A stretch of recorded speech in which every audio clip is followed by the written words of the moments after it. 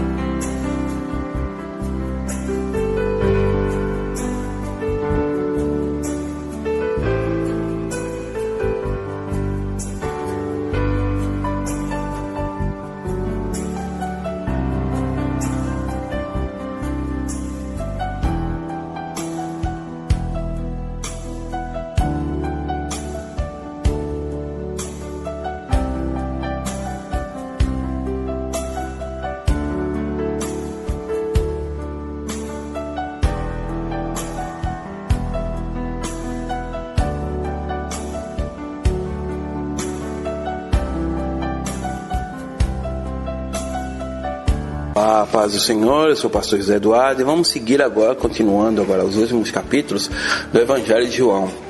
O tema agora é a última comida junto, a última ceia junto, a noite mais longa e emotiva da vida de Jesus.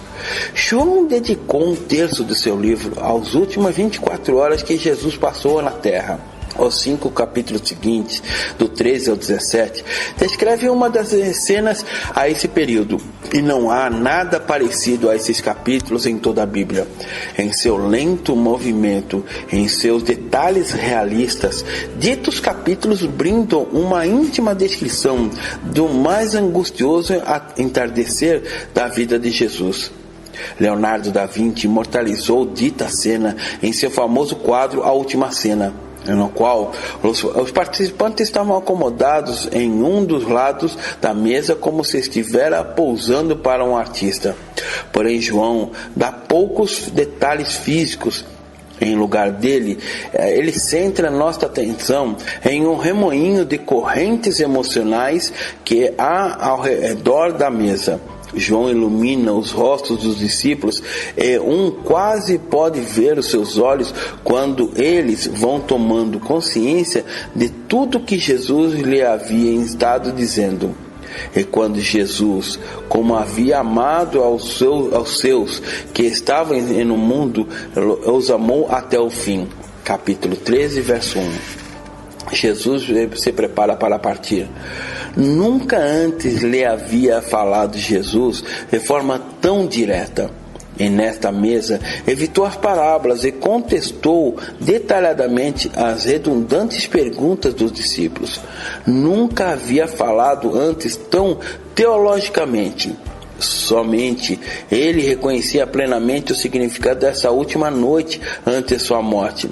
O mundo estava a ponto de passar por um trauma convulsivo, e os 11 homens temerosos que estavam com ele eram sua esperança para este mundo. Os convém que eu me vá, disse Jesus, capítulo 16, verso 7.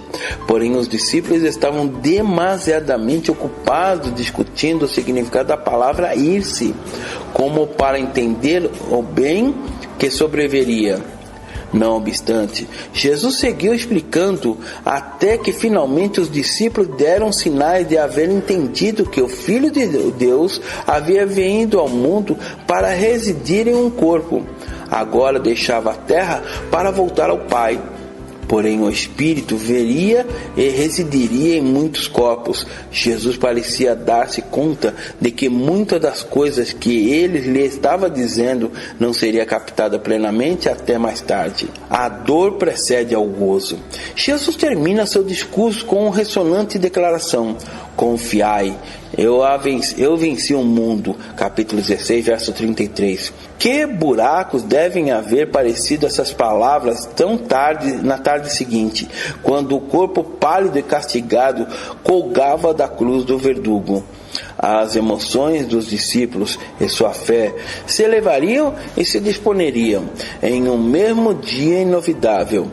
Jesus também havia profetizado isso, comparando com as dores de parto, que procedem ao grande gozo do nascimento.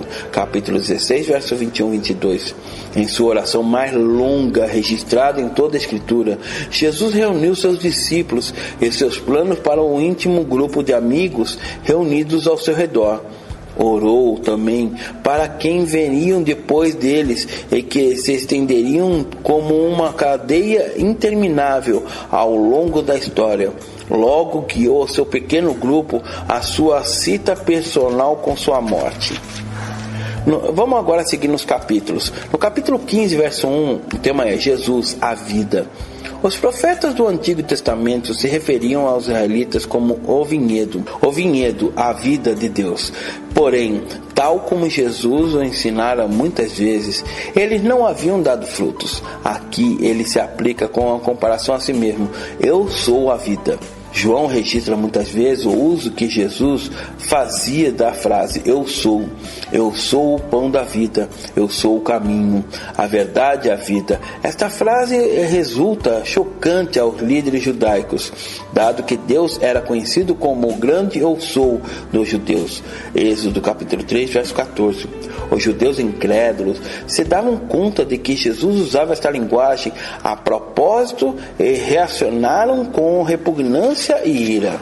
No capítulo 17, versos 1, o tema muda para a mais extensa oração de Jesus. A famosa oração começa com esse versículo. É o ponto final de algo assim como uma graduação. É o começo de uma encomenda. Nela, Jesus entrega sua missão aos discípulos e, por extensão, a todos os crentes que viriam depois deles. No capítulo 19, verso 31, o tema muda para apressando a morte. Os soldados rompiam os ossos dos crucificados para apressar sua morte. Nesse caso, o fizeram para que os corpos pudessem ser quitados antes do dia santo que pronto chegaria. Jesus já havia morto, por lo que seus ossos que ficaram intactos. Esse cumpria a profecia do Antigo Testamento, que os ossos do Messias não seriam quebrados, e que sua costa seria transpassada com uma lança. Êxodo capítulo 12, verso 46. Zacarias capítulo 12, verso 10. No capítulo 21, verso 15, o tema muda para tratamento especial para Pedro. João põe fim a seu livro com uma comovedora cena na qual Jesus fala com Pedro e com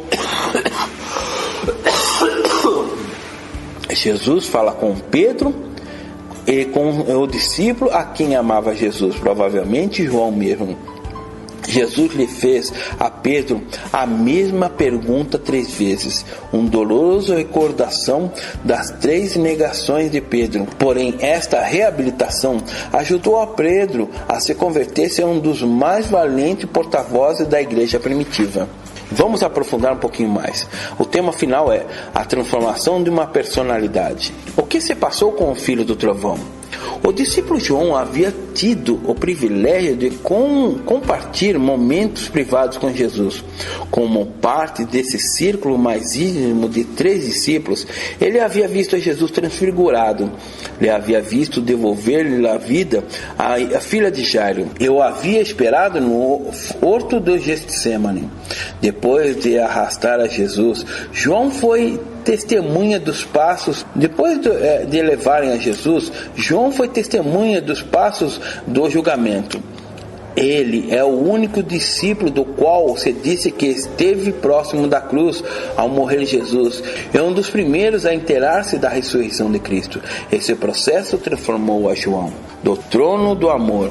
João tinha um pitoresco sobrenome, Filho do Trovão, e vários sucessos dos evangelistas deixam ver que esse nome refletia sua volátil personalidade. A João lhe molestava tremendamente a competência dos fazedores de milagres rivais. Marcos capítulo 9, verso 38. Insistia em ter o melhor lugar no reino dos céus. Uma vez quis fazer descender fogo do céu para destruir uma aldeia hostil. Lucas capítulo 9, verso 54.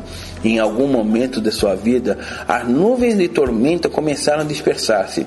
Com o passar dos anos, recebeu um novo nome, o Apóstolo do Amor. Os livros de João, este evangelho e as cartas que escrevera mais tarde se distinguem por uma ênfase no amor. Como é de supor, a peregrinação espiritual de João influiu na descrição escrita de que ele nos deixou da vida a Jesus.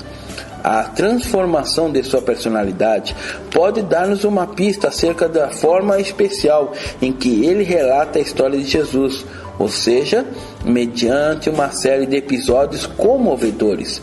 Quizá essas cenas são recordos de Jesus que finalmente comoveram ao mesmo João de que Jesus era, sem dúvida, o Filho de Deus. E para você, depois que entender todo esse capítulo, todo esse livro, você ainda tem dúvida que Jesus é o Filho de Deus?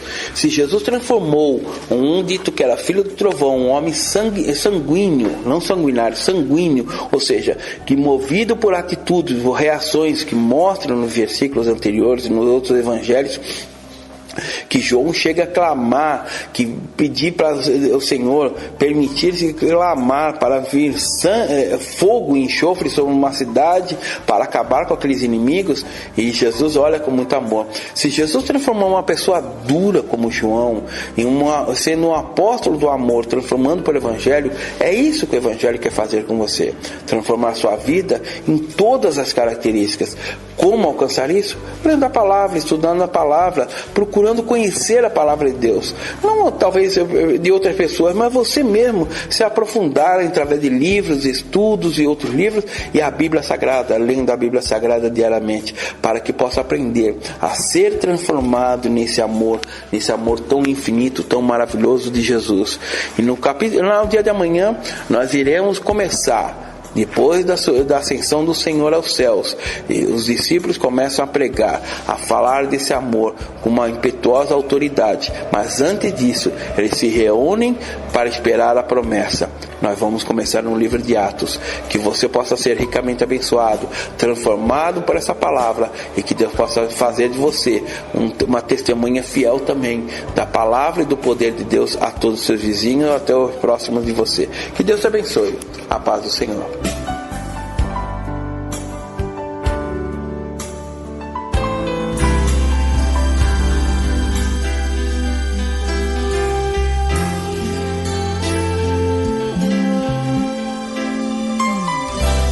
Terminamos nosso programa Navegando pela Bíblia, um programa de estudos e entendimento da leitura bíblica baseado na Bíblia em espanhol, da Liga Bíblica Internacional.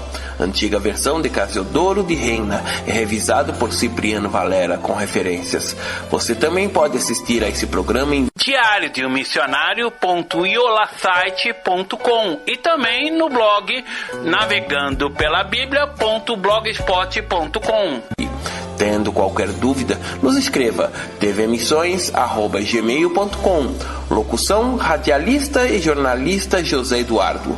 Produção, Comunicadores Sem Fronteiras Brasil. Até o nosso próximo programa.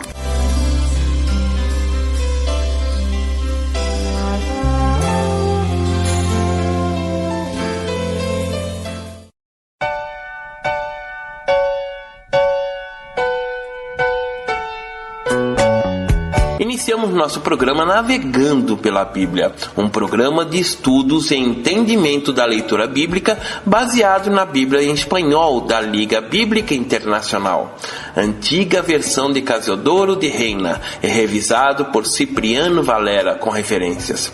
Você também pode assistir a esse programa em diariodemissionario.iolasite.com e também no blog navegandopelabiblia.blogspot.com. Tendo qualquer dúvida, nos escreva tvmissões@gmail.com. Locução: radialista e jornalista José Eduardo. Produção: Comunicadores Sem Fronteiras Brasil. Seja bem-vindo a bordo e vamos começar nossa navegação.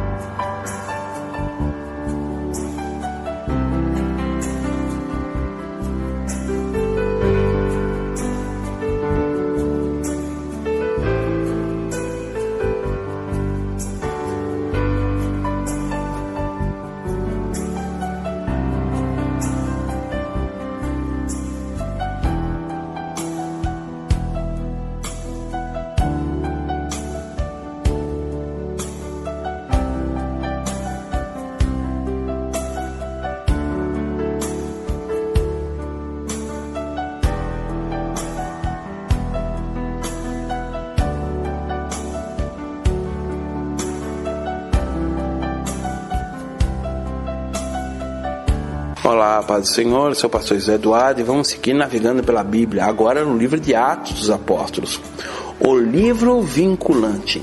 Como seria uma Bíblia sem um livro de Atos? O Novo Testamento se divide claramente em duas seções quase iguais. A primeira se compõe de 4 evangelhos que relatam a vida de Jesus na terra. A segunda, que começa com Romanos, tem que ver com a igreja que surgiram depois da ascensão de Jesus. Entre ambas seções encontramos o livro de Atos. A melhor maneira de valorizar Atos é imaginar-se uma Bíblia na qual o livro de Atos não figurara. Você acaba de ler a vida de Jesus, iluminada por 4 autores diferentes, e agora se põe a ler Romanos. Paulo, servo de Jesus Cristo, a todos os que estáis em Roma, amados de Deus, chamados a ser santos. Roma? Como chegou ali a mensagem desde Jerusalém? Depois, você encontraria uma carta mais, também de Paulo. Quem ele é? Dirigida à igreja de Deus que está em Corintos. Logo vem outra carta escrita à igreja de Galácia, logo outra de Éfeso e depois outra mais, dirigida a outras localidades bastante exóticas. É óbvio que falta algo. Sem Atos, o Novo Testamento salta, sem aviso prévio, de uma ordenada história acerca de um homem, Jesus, a um conjunto de cartas pessoais carentes de explicação alguma. Um plano revelado por Jesus. Com Atos, tudo encaixa em seu lugar preciso. Esse livro nos serve de transição entre a vida de Cristo e a nova igreja. Apresenta a si mesmo a Paulo e explica como foi que uma religião minoritária cruzou o mar e chegou até Roma, a capital imperial. O leitor de Atos visita cidades chaves esparcidas ao redor do Mediterrâneo. Chega a conhecer aos principais líderes do novo movimento e recebe uma boa orientação acerca dos problemas que mais tarde farão sua aparição nas cartas de Paulo. Lucas, médico de profissão, já havia escrito o terceiro evangelho para contar todas as coisas que Jesus começou a fazer e ensinar. Atos capítulo 1, verso 1. O livro de Atos resume dita história. dando a entender que também o presente relato mostrará Jesus em ação, porém esta vez de uma maneira totalmente diferente. Edificarei a minha igreja. Havia prometido Jesus, Mateus 16:18, e Atos mostra graficamente como começou o dito processo. Jesus mesmo havia traçado o plano maestro em suas últimas palavras registradas na terra: me serei testemunhas em Jerusalém, em toda a Judéia, em Samaria e até o último da terra. Capítulo 1, verso 8. Atos segue este plano ajustadamente. Os primeiros 7 capítulos descritos à igreja de Jerusalém. Os 5 seguintes têm como centro de atenção a Judéia e Samaria, e o resto do livro segue a extensão do Evangelho até o posto mais remoto da civilização romana. O livro começa em Jerusalém durante a festa de Pentecostes.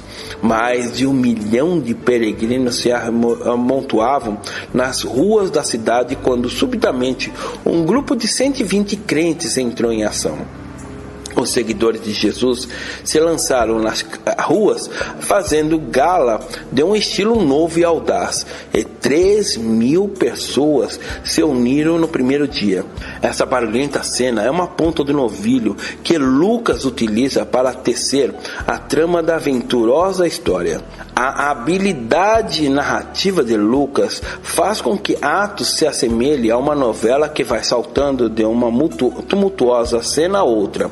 Ali onde aparecem os apóstolos, se agita a ação, se desatam desordens e a pequena igreja faz raízes.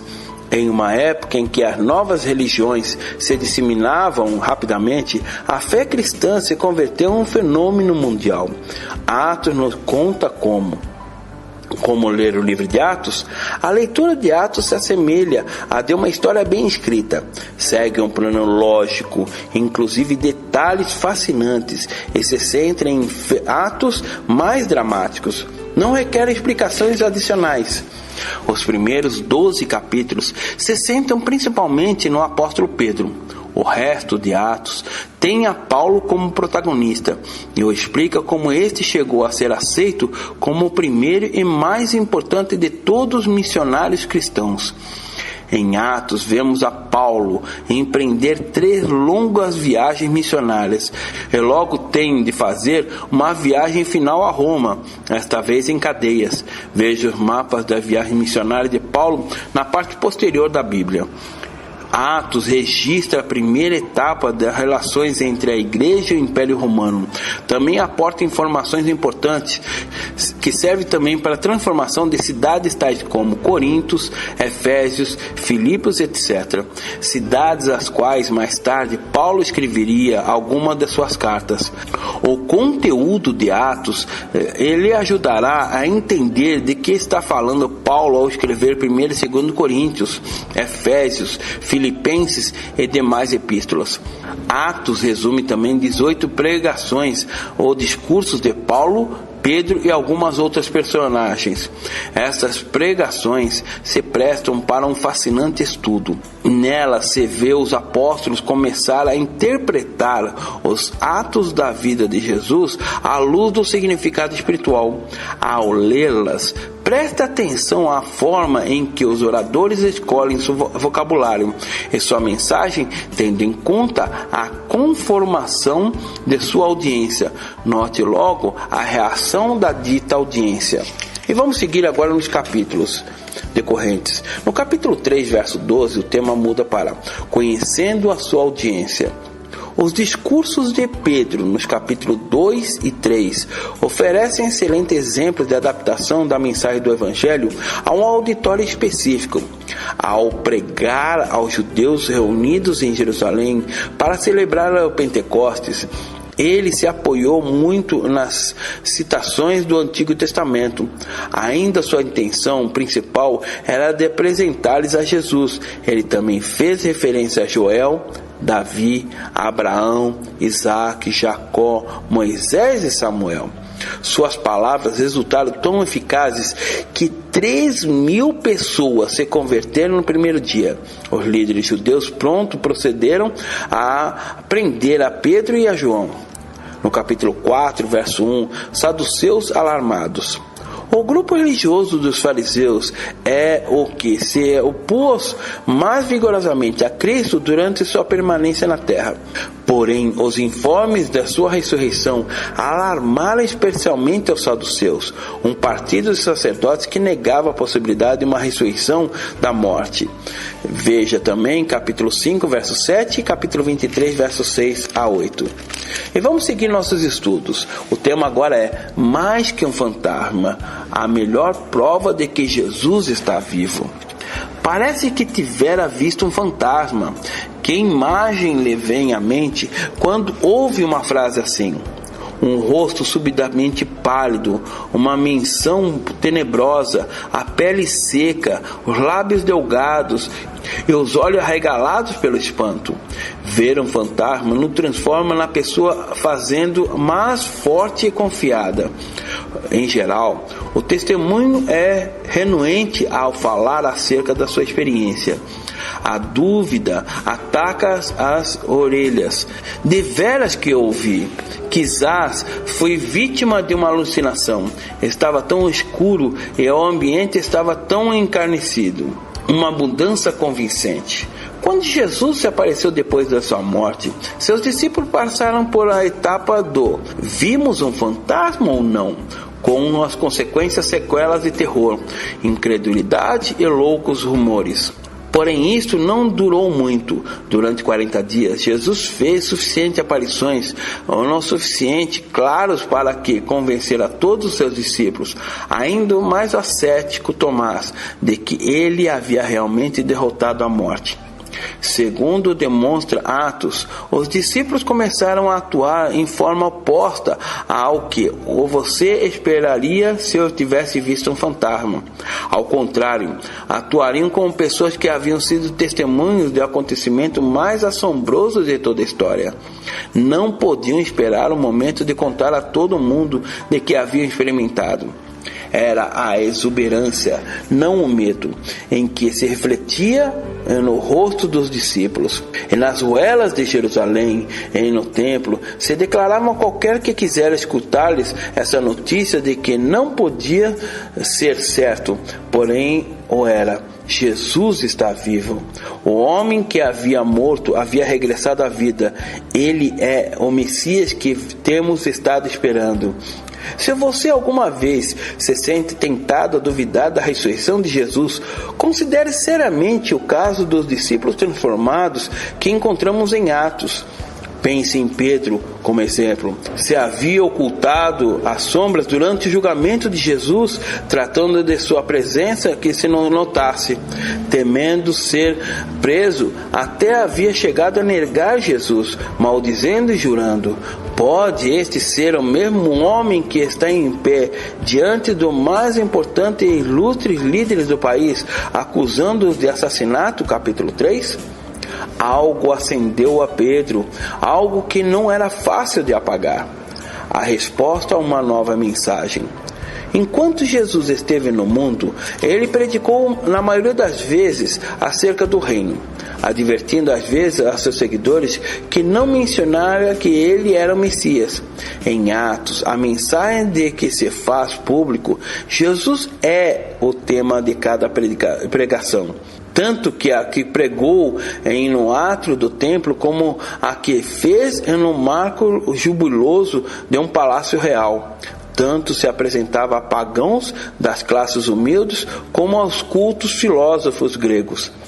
Os informes de sua ressurreição ressoavam em todas as páginas de Atos.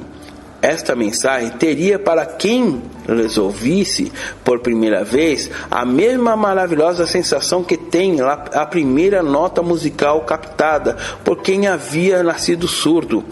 5.000 pessoas creram, capítulo 4, verso 4. E também muitos sacerdotes, capítulo 6, verso 7. E muitos milhares de judeus, capítulo 21, verso 20. O pequeno grupo que Jesus havia deixado atrás pronto se organizou e elegeu oficiais para atender às necessidades de uma igreja que crescia. Atos segue aos líderes chaves de lugar em lugar, o que não permite ser testemunhas de uma notável drama. uns poucos homens, escassamente educados, põem em movimento um plano mundial que eventualmente chegou a mudar o rumo da civilização.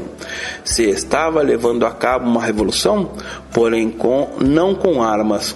Esta estava impulsionada pela obra de Deus em pessoas comuns que havia visto um milagre. Como dissera a Pedro, não podemos deixar de dizer o que temos visto e ouvido. Capítulo 4, verso 20. Seguindo nos capítulos seguintes, nós vamos agora a mudança de temas. No capítulo 5, verso 34, o tema muda para o velho mestre de Paulo. Gamaliel foi um rabino muito venerável, seguidor de ramos progressistas do judaísmo que originara com o rabino Hillel. Paulo menciona em Atos, capítulo 22, verso 3, que ele estudou debaixo de Gamaliel. E aqui ficamos até o capítulo 6, do qual estudamos essa primeira parte. Foi maravilhoso a mudança de Pedro, do qual era envergonhado, tinha suas dúvidas, a ser mais intrépido de todos os discípulos, a pregar Jesus e a não temer a morte. Pedro se transformou. Então veja bem, se você tem dúvidas sobre a ressurreição de Jesus, você pode ver pelas atitudes que aconteceram. Jesus ficou bastante tempo com eles para que pudessem ter presença e mostrar que Jesus realmente venceu a morte, e ele nos dará a vida eterna àquele que crê nele. Isso que é importante, essa que é a mensagem que devemos seguir, falando da salvação, da paz. Muito mais do que recebemos aqui, iremos receber no céu, e haverá dois caminhos e que você deve prestar atenção. Então vamos continuar estudando. Amanhã vamos conseguir no capítulo 6 o segredo da igreja primitiva, e assim seguindo no livro de Atos, esse livro tão empolgante, do qual você vai notar que ele não tem fechamento como os outros livros. Que Deus te abençoe. A paz do Senhor.